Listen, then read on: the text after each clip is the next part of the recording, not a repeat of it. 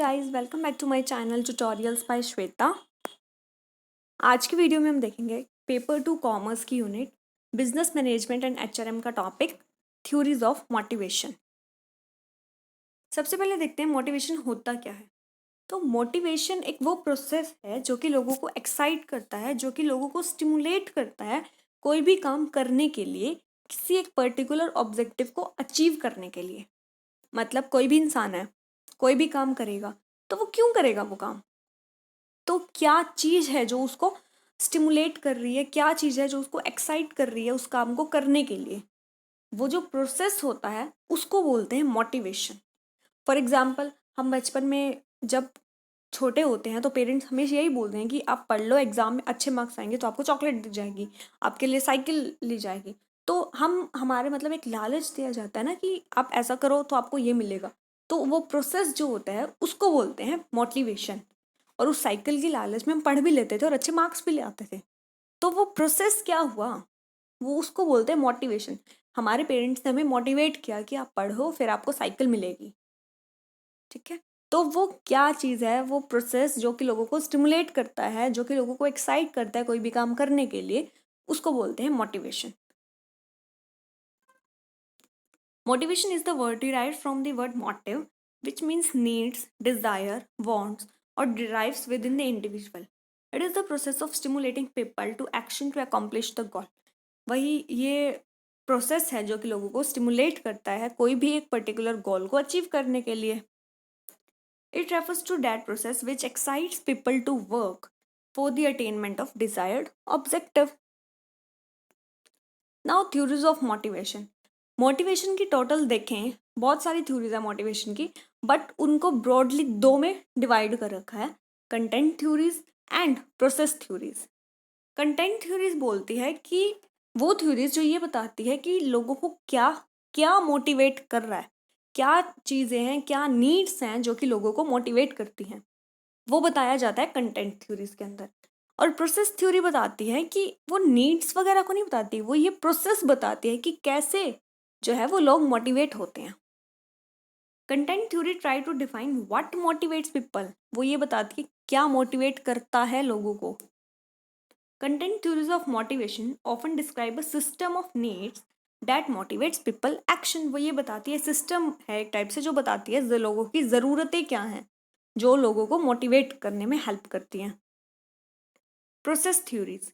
Instead of focusing on what people need, these models focus on the psychological and behavioral processes that human follows. अब ये human people की need पे, क्या उनकी ज़रूरतें हैं उस पे फोकस नहीं करता, बल्कि ये फोकस करता है उस प्रोसेस पे जो कि ह्यूमन फॉलो करता है। क्या प्रोसेस है, लोग कैसे मोटिवेट हो रहे हैं, वो बताया जाता है प्रोसेस थ्योरीज में। और प्रोसेस थ्योरी को कंटीजेंसी थ्योरी भी बोलते हैं। अब content theories and process theories के अंदर बहुत सारी थ्योरीज हैं। तो कंटेंट थ्योरी के अंदर टोटल 5 थ्योरीज हैं और प्रोसेस थ्योरी के अंदर 5 थ्योरीज हैं। अब करना क्या है एग्जाम के लिए, तो एग्जाम में ज़रूरी है पहले ये पता हो कि कौन सी थ्योरी कौन सी है। मतलब लाइक मैस्लो थ्योरी है तो वो कौन सी है, वो कंटेंट थ्योरी है। गोल सेटिंग थ्योरी है वो प्रोसेस थ्योरी है। तो ये पता हो कि कौन सी थ्योरी क्या है, कौन सी थ्योरी कब आई, कौन सी थ्योरी किसने दी और कौन सी थ्योरी में क्या है। ओके, तो ये मैंने यहीं पे ब्रैकेट में लिखा हुआ इन सब की कि कौन सी थ्योरी कब आई थी। तो शुरू करते हैं कंटेंट थ्योरीज के साथ। सबसे पहले मैस्लो हायरार्ची थ्योरी। मैस्लो ने ये कहा था कि ह्यूमन को मोटिवेट करने के लिए ह्यूमन की कुछ नीड्स हैं, जब वो ज़रूरतें पूरी हो जाएंगी, जैसे जैसे वो ज़रूरतें पूरी होंगी वैसे वैसे लोग जो है वो मोटिवेट होंगे। अब उन्होंने ज़रूरतें क्या होंगी, तो उन्होंने नीड्स को ना 5 पार्ट्स में डिवाइड किया और उनका एक लेवल भी बना दिया कि लोअर लेवल पे यही नीड, फिर उससे ऊपर ये नीड, देन उससे ऊपर ये नीड। तो उन्होंने एक लेवल बना दिया, एक स्ट्रक्चर जो है वो बना के दे दिया था नीड्स का। और उन्होंने बोला जब लोअर लेवल की नीड पूरी हो जाएगी उसके बाद ही ह्यूमन अपर लेवल की नीड पे जाएगा, जब वो वाली नीड फुलफिल हो जाएगी उसके बाद वो उससे ऊपर वाली नीड पे जाएगा। तो ये बोला था मैस्लो ने। Maslow postulated that a person will be motivated when his needs are fulfilled. उन्होंने कहा कि एक पर्सन जो है वो मोटिवेट तब होता है जब उनकी नीड्स को फुलफिल कर दिया जाए। The needs start from the lowest level, basic need, and keeps moving up as the lower need is fulfilled. उन्होंने कहा कि जो नीड है वो बेसिक नीड से शुरू होती है और फिर वो अपर लेवल पे जाती जाती है, जैसे जैसे जैसे उनकी नीड्स जो लोअर लेवल की नीड है वो फुलफिल होती जाएंगी, वो अपर लेवल की नीड पे जाते जाएंगे। अब उन्होंने उनकी नीड्स जो हैं, लोगों की नीड्स, उसको 5 पार्ट्स में डिवाइड किया और उनको एक लेवल भी दे दिया। Physiological need, security need, social need, esteem need and self actualisation need. और इसी स्ट्रक्चर में जो है वो तैयार किया। सब उन्होंने बोला बेसिक नीड को देखें, उन्होंने कहा कि सबसे पहले ज़रूरी है कि लोगों की बेसिक नीड पूरी हो। बेसिक नीड मतलब फूड, क्लोथ, शेल्टर, ये बेसिक नीड्स जो ह्यूमन की होती हैं, जब ये नीड फुलफिल हो जाएंगी तब लोग मोटिवेट होंगे, और मोटिवेट होंगे काम करेंगे। उसके बाद बेसिक नीड पूरी होगी, फिर वो नेक्स्ट लेवल पे जाएंगे। अब उनकी सिक्योरिटी नीड्स हैं। सिक्योरिटी नीड्स के अंदर अब ठीक है, उनको घर, पानी, कपड़े सब, खाना, कपड़े सब मिल गया। अब उनको चाहिए सिक्योरिटी, सेफ्टी, मतलब यूँ लगा लो इंश्योरेंस हो गया, जहाँ काम कर रहे हैं जॉब की सिक्योरिटी होगी, वो चीज़। जब वो नीड पूरी हो जाएगी उसके बाद नेक्स्ट लेवल यानी सोशल नीड। सोशल नीड का मतलब है, क्योंकि ह्यूमन जो है वो एक सोशल बीइंग है, तो ये चाहिए एक फ्रेंडली इन्वायरमेंट, एक एफिलेशन, वो इन्वायरमेंट क्रिएट हो, वो उसकी नीड हो जाती है। जब सोशल नीड पूरी होगी देन आया एस्टीम नीड। एस्टीम नीड के अंदर आता है कि खुद सेल्फ कॉन्फिडेंस हो, खुद की एक इमेज हो, खुद को मतलब बीइंग अ यूनिक, कि लोग उनको एक्सेप्ट करें, खुद को यूनिक दिखाना, वो जो नीड्स हैं वो एस्टीम नीड्स के अंदर आती हैं। जब एस्टीम नीड पूरी होगी देन आई अब सबसे अपर लेवल की need, self actualisation need. Self actualisation need के अंदर होता है कि ठीक है, अब जब सारी बेसिक नीड्स, ये सारी जो बेसिक नीड होगी, सिक्योरिटी नीड होगी, सोशल नीड, एस्टीम नीड सब पूरी होगी, अब होता है कि खुद के अंदर जितनी कैपेबिलिटी है उसको फुलर यूटिलाइज करना, जो जितना हम कर सकते हैं वो करना सब कुछ, वो होती है सेल्फ एक्चुअलाइजेशन नीड। ओके, तो मैस्लो ने एक हायरार्ची जो है वो तैयार कर दी थी नीड्स की, और उन्होंने कहा था कि जब लोगों की ज़रूरतें पूरी हो जाएंगी तो लोग मोटिवेट हो जाएंगे, और जब लोअर लेवल की नीड पूरी होगी तभी वो अपर लेवल की नीड पे जाएंगे। अब इसके कुछ क्रिटिसिजम्स थे। क्रिटिसिजम्स में यह था कि lack of direct cause and effect relationship between need and behaviour. हो सकता है कोई एक इंसान मोटिवेट हुआ हो किसी और नीड की पूरी होने की वजह से, और हम सोच रहे हैं कि उसकी बेसिक नीड पूरी हुई है इसलिए वो मोटिवेट हुआ है, तो ऐसा कुछ कोज इफेक्ट रिलेशनशिप जो है वो नहीं दिखाया इस थ्योरी ने। What is reasonable level in satisfaction of need. अब उन्होंने ये बोला था कि जब एक जो नीड है वो पूरी हो जाएगी उसके बाद ही वो नेक्स्ट नीड पे जाएगा, तो एक नीड जो पूरी होगी उसका लेवल क्या होगा, लेवल ऑफ सेटिस्फेक्शन क्या होगा, वो नहीं बताया। Some people for whom self esteem need is more important than social need. अब उन्होंने तो एक हायरार्ची तैयार करके दे दी कि पहले बेसिक नीड आएगी, देन उसके बाद ये नीड आएगी, देन ये नीड आएगी। बट ये भी तो हो सकता है कि किसी एक पर्सन के लिए, मान लो उसके लिए सेल्फ एस्टीम नीड ज़्यादा इंपॉर्टेंट हो सोशल नीड से। ठीक है, उसको नहीं चाहिए कि उसका कोई फ्रेंड सर्कल हो या उसका फ्रेंड सर्कल हो या लोग एक्सेप्ट करें, उसको एस्टीम नीड ज़्यादा इंपॉर्टेंट है, कि खुद को यूनिक दिखाना, सेल्फ कॉन्फिडेंस टाइप, वो ज़्यादा इंपॉर्टेंट है। तो अब ज़रूरी तो नहीं है ना कि पहले वो सोशल नीड ही पूरी होगी उसके बाद, उनके हिसाब से तो सोशल नीड जब तक पूरी नहीं होगी तब तक वो एस्टीम नीड पे नहीं जा सकता। बट ये तो कोई ज़रूरी नहीं है कि किसी इंसान के लिए सोशल ज़्यादा, पहले सोशल इंपॉर्टेंट हो फिर ये एस्टीम आए। Okay, so this is Maslow hierarchy theory of motivation. Next, Herzberg two factor theory. अब हर्जबर्ग ने यूं कहा था कि कुछ नीड बनाना, एक हायरार्ची तैयार करके दे देना कि ये ज़रूरतें हैं, उससे लोग मोटिवेट नहीं होंगे इतना, बल्कि ये ध्यान देना चाहिए कि हम ऐसा क्या करें और क्या ना करें। ऐसा क्या करें जिससे लोग मोटिवेट हों, और ऐसा क्या ना करें जिससे लोग डीमोटिवेट हो जाएं। Okay, Herzberg concluded that there are categories of needs independent of each other affecting behavior in different ways and these are, उन्होंने ये दो जो है वो फैक्टर्स ऐसे तैयार करके दिए थे, हाइजीन फैक्टर्स या maintenance factor, second is motivational factors. Hygiene factors उन्होंने कहा था कि ये वो फैक्टर्स हैं, ये वो कंडीशंस हैं, अगर ये नहीं हुई ना बिजनेस में, अगर ये चीज़ नहीं है तो लोग डीमोटिवेट ज़रूर हो जाएंगे। बट अगर है, अगर इन फैक्टर्स, अगर ये फैक्टर्स बिजनेस में हैं तो उससे लोग मोटिवेट नहीं होंगे, बट अगर नहीं है तो वो डीमोटिवेट ज़रूर हो जाएंगे। फॉर एग्जाम्पल लाइटिंग, फैन, अगर किसी कोई फैक्ट्री है वहाँ पर वर्कर्स काम कर रहे हैं, वहाँ पर लाइटिंग ही नहीं है, फैंस ही नहीं है, तो नहीं है तो वो डिमोटिवेट ज़रूर हो जाएंगे।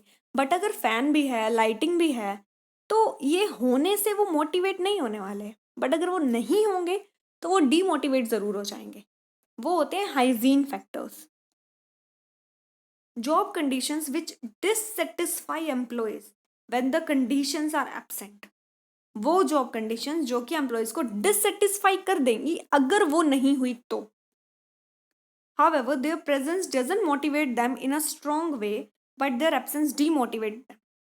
उनका होना कोई मोटिवेट नहीं करेगा स्ट्रॉन्ग वे में, जब बल्कि अगर वो नहीं हुए तो वो डीमोटिवेट जरूर कर देगा एम्प्लॉयज को। Next, motivational factors.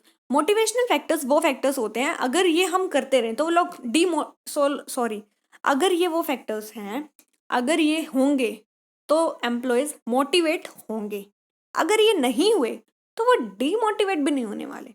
For example company के अंदर ही कुछ रिकॉग्निशन कर दिया, किसी ने कोई अच्छा काम किया उसके लिए क्लैपिंग जो है वो करवा दी, तो ऐसा करने से एम्प्लॉय मोटिवेट ज़रूर होगा। बट अगर नहीं भी किया तो वो डीमोटिवेट नहीं होगा। These job conditions operates primarily to build strong motivation and high job satisfaction, but their absence rarely proves strongly dissatisfaction. Their presence directly motivates them. अगर वो नहीं करते तो ऐसा कुछ डीमोटिवेशन नहीं होगा उनको, बट अगर करते हैं तो फिर वो मोटिवेट तो डायरेक्टली हो ही जाएंगे। ये थी हर्ज़बर्ग की 2 फैक्टर थ्योरी। अब हाइजीन फैक्टर्स के अंदर क्या क्या आता है? These are not intrinsic part of a job, but they are related to conditions under which a job is performed. ये कोई इंट्रिंसिक पार्ट नहीं है जॉब का, लेकिन ये कंडीशंस है जिसके अंडर में जो है लोग परफॉर्म करेंगे, लोग अपना काम करेंगे। Their presence doesn't motivate them, but their absence definitely demotivates them.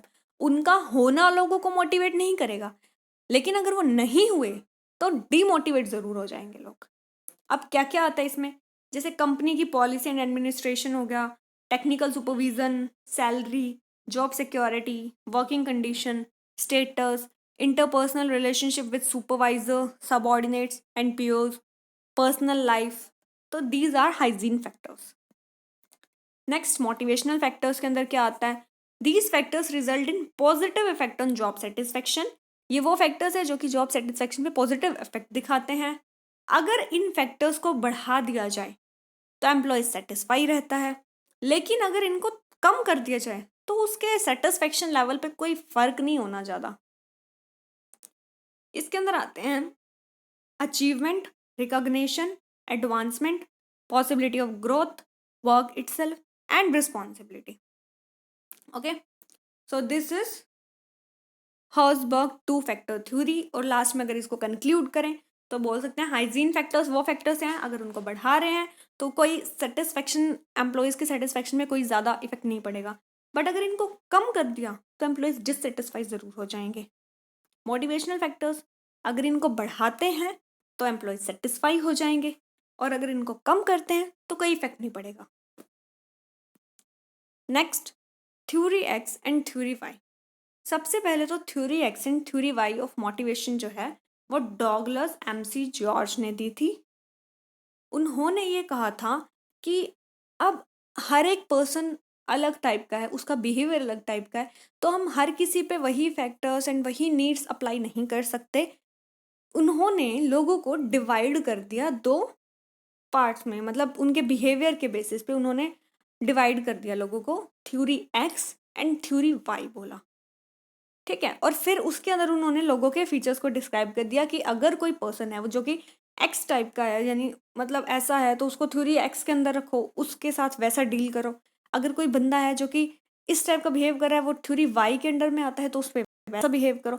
मतलब उनका ये था कि हर टाइप के इंसान पे हम सेम टाइप का मोटिवेशन जो है वो नहीं लगा सकते। मतलब एक हमारी एक टेक्निक है मोटिवेशन की, वो हम सब पे अप्लाई नहीं कर सकते। हो सकता है एक बंदा उसे मोटिवेट हो और दूसरे वाले को फ़र्क भी ना पड़े। तो इसलिए उन्होंने जो है वो डिवाइड कर दिया था।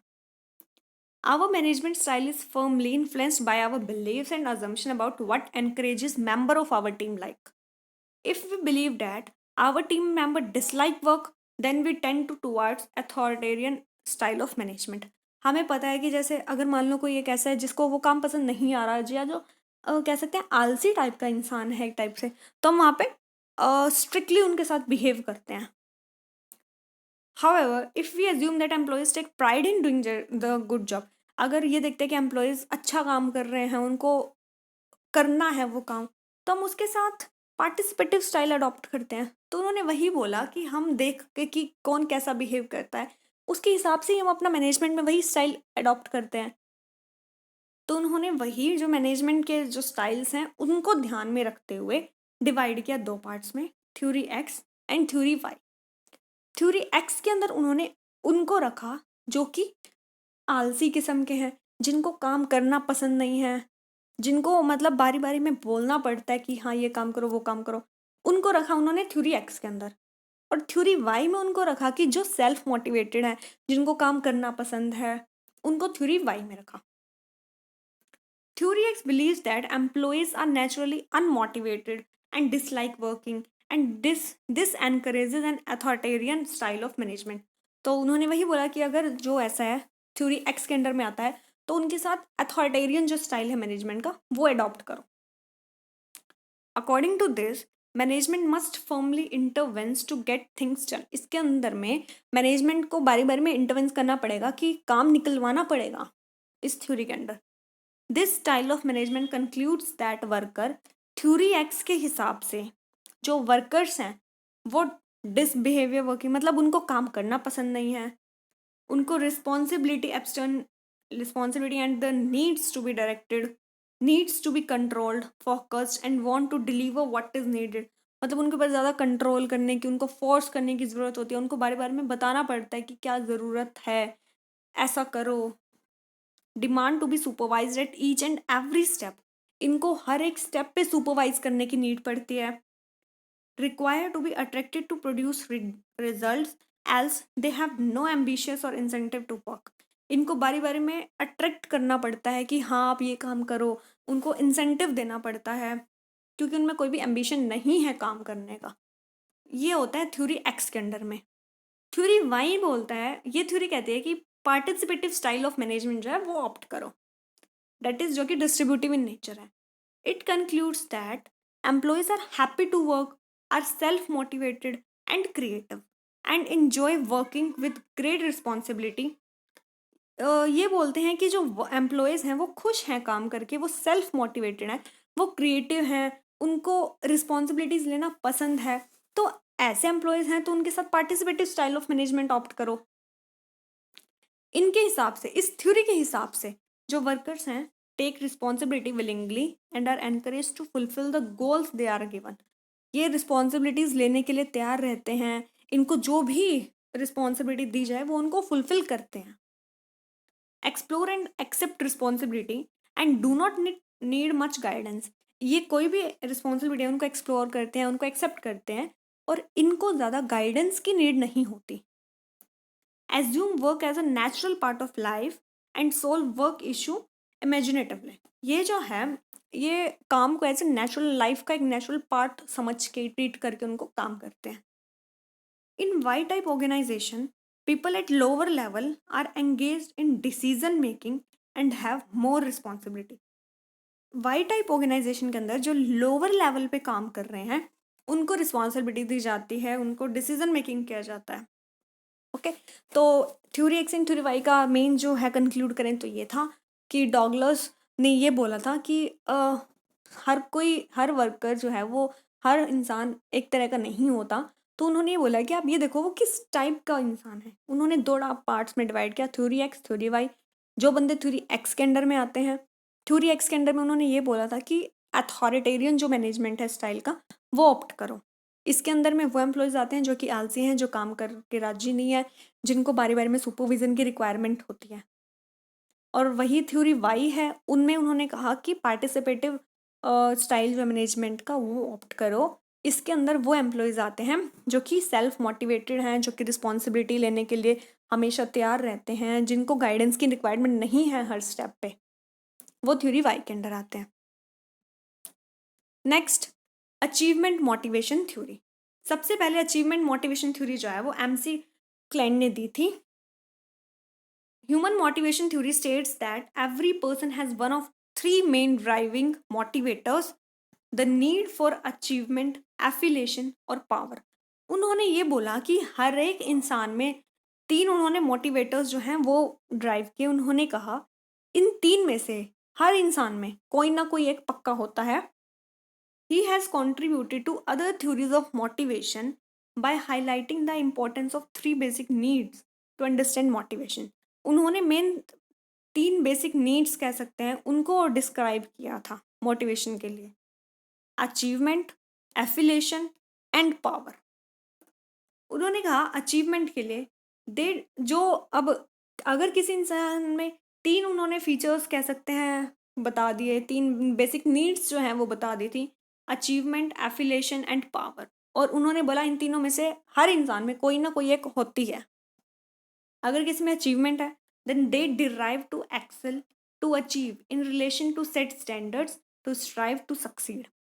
अचीवमेंट वाले के अंदर वो लोग आते हैं जो कि सेल्फ मोटिवेटेड हैं, जो अपने स्टैंडर्ड्स जो हैं पहले वो डिसाइड करते हैं, उसके बाद उन स्टैंडर्ड्स को अचीव करते हैं।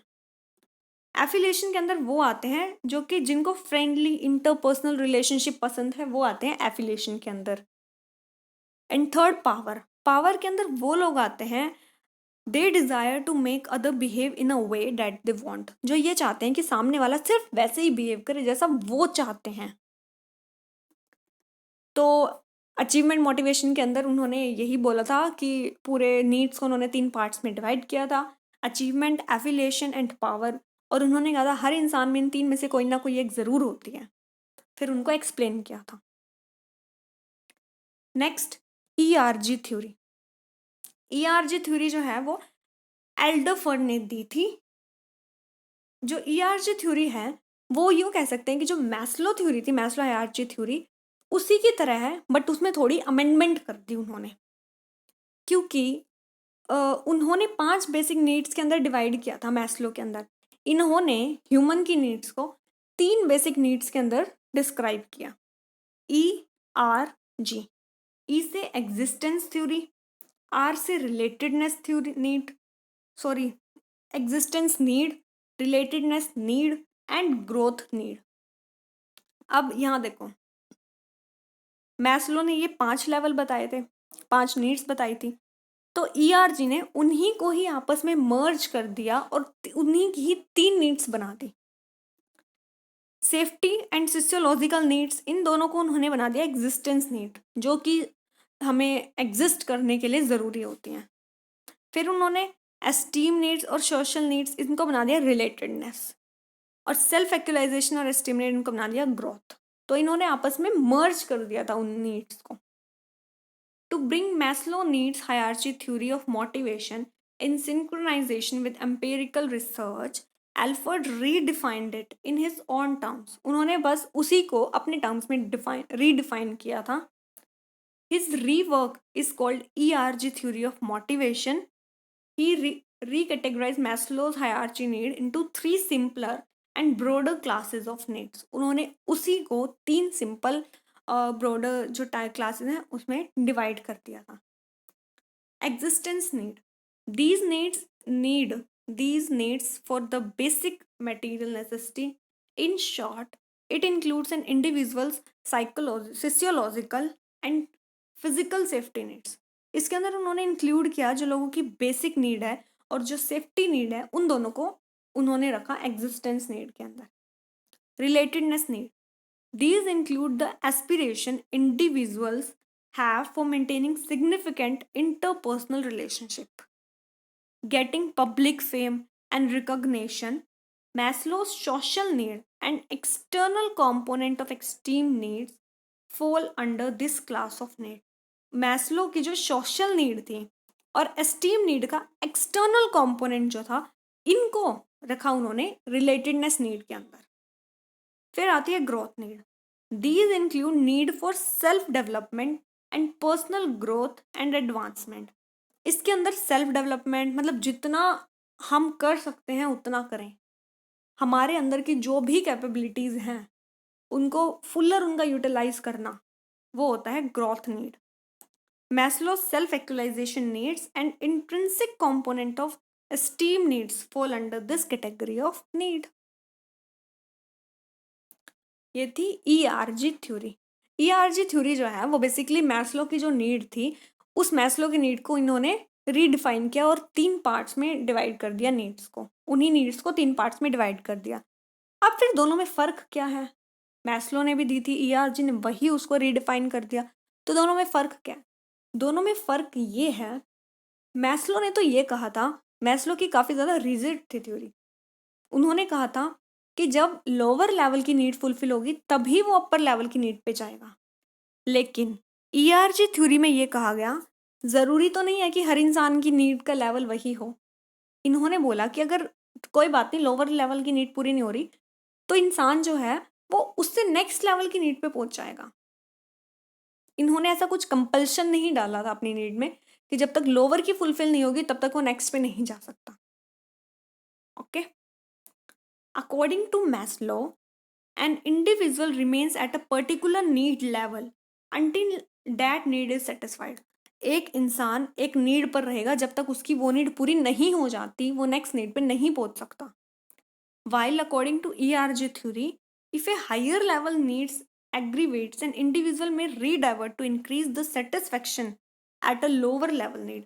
तो इन्होंने बोला ज़रूरी नहीं है कि जब तक एक लेवल पूरा नहीं हो रहा तो आप नेक्स्ट लेवल पे नहीं जा सकते, और इसको बोला जाता है frustration regression aspect of ERG theory, which is important.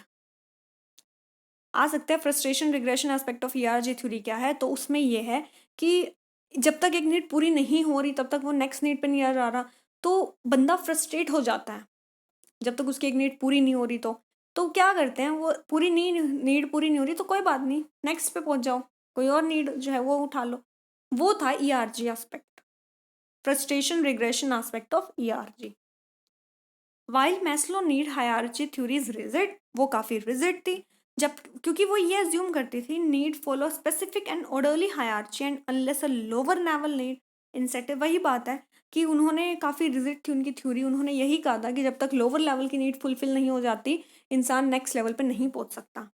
जबकि जो ERG थ्योरी है वो काफ़ी फ्लेक्सिबल है, as he perceived the need as a range variety rather than perceiving them in a hierarchy। उन्होंने कहा था कि नीड जो है वो एक रेंज है, हायर वैरायटी है, कोई हायरार्ची नहीं है need. According to Alderfer, an individual can work on growth needs even if his existence or relatedness needs remain unsatisfied। हो सकता है इंसान सीधा ग्रोथ नीड पे अपना ज़्यादा फोकस करो, वो उसकी नीड हो, बेसिक नीड या रिलेटेडनेस नीड उसकी ना हो और वो पूरी नहीं हो रही है, तो कोई बात नहीं, वो इंसान में भी ग्रोथ नीड पे पहुंच गया। तो ये दोनों में डिफरेंस है, मैस्लोस की और ERG की थ्योरी में ये डिफरेंस है। सो इसी के साथ जो कंटेंट थ्योरीज हैं, कंटेंट थ्योरीज ऑफ मोटिवेशन, वो पूरी होती हैं। प्रोसेस थ्योरीज जो हैं वो हम नेक्स्ट वीडियो में करेंगे, और उसी के साथ फिर हमारा थ्योरीज ऑफ मोटिवेशन का जो टॉपिक है वो बिल्कुल कंप्लीट हो जाएगा। अगर वीडियो अच्छी लगी तो please like and share the video and subscribe the channel. Thank you.